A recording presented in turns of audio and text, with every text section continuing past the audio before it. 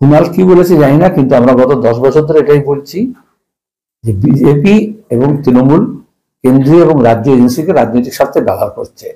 BJP আর তৃণমূলের যখন top লিডারশিপের রাজনৈতিক উদ্দেশ্য এক থাকে, তখন এই কেন্দ্র এবং রাজ্য যে এজেন্সিগুলো আছে তারা একই উদ্দেশ্যে ব্যবহৃত হয়। এখন কার বিরুদ্ধে কখন ব্যবহৃত হবে সেটা ঠিক করে দেয় কে?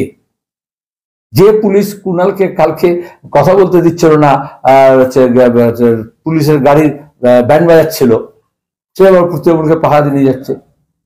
যে বাংলার পুলিশ বিমল গুরুংকে খুঁজছিল এফআইআর জন্য, সেই আবার তাকে পাহারা দিয়ে মমতাকে মুখ্যমন্ত্রী করতে হবে বলে প্রেস কনফারেন্স করে দিচ্ছিল। যে ইডি সিবিআই শাহজাহানের কাছে গিয়ে মার খেয়েছে, সেই যে কালকে শাহজাহানের কাছে সাষ্টাঙ্গে প্রণাম করবে না, সেটা তো নির্ভর করে শুভেন্দুর মতো সে তখন তৃণমূল থেকে বিজেপিতে যাবে।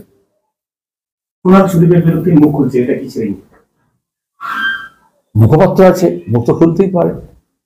আমি বারবার বলি, যখন কাগজে বিজ্ঞাপন দেখবে না পাত্র পাত্রী, তখন তার কিছু গুণাগুণ লেখা হয়। 5 ফুট 6 ইঞ্চি কি 3 ইঞ্চি হাইট, ফর্সা কি কালো, সামবর্ণ, কত পাস করেছে, কত রোজগার করে, সরকারি চাকুরে কি না। তার একটা পাত্রপাত্রী বিজ্ঞাপনের জন্য এরকম নানা রকমের গুণগুলো সম্পর্কে প্রচার করা হয়। তো তৃণমূল একটা মুখপাত্র তৈরি করলো, তার যাকে জানলো না যে সে চিটফান্ডে টাকা খেয়েছে কিনা, সে সারদার থেকে লাভার্থী হয়েছে কিনা, সে ব্ল্যাকমেল করে কিনা, সে কখনো কখনো নিজের স্বার্থে বা অন্য কোনো রাজনীতির স্বার্থে, যখন তৃণমূলে থাকে তখন বিজেপির হয়ে কাজ করে, যখন বিজেপি থাকে তখন তৃণমূলের হয়ে কাজ করে। এখন কার হয়ে কাজ করছে সে নিজে জানি না।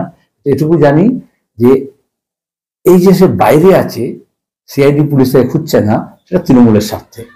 আবার এই যে আজকে সে যখন মুখ খুলছে তৃণমূলের বিরুদ্ধে, তখন সেটা হচ্ছে বিজেপির স্বার্থে। আর এ সবচেয়ে ভালো জানে এই যে সবার দুর্বলতা।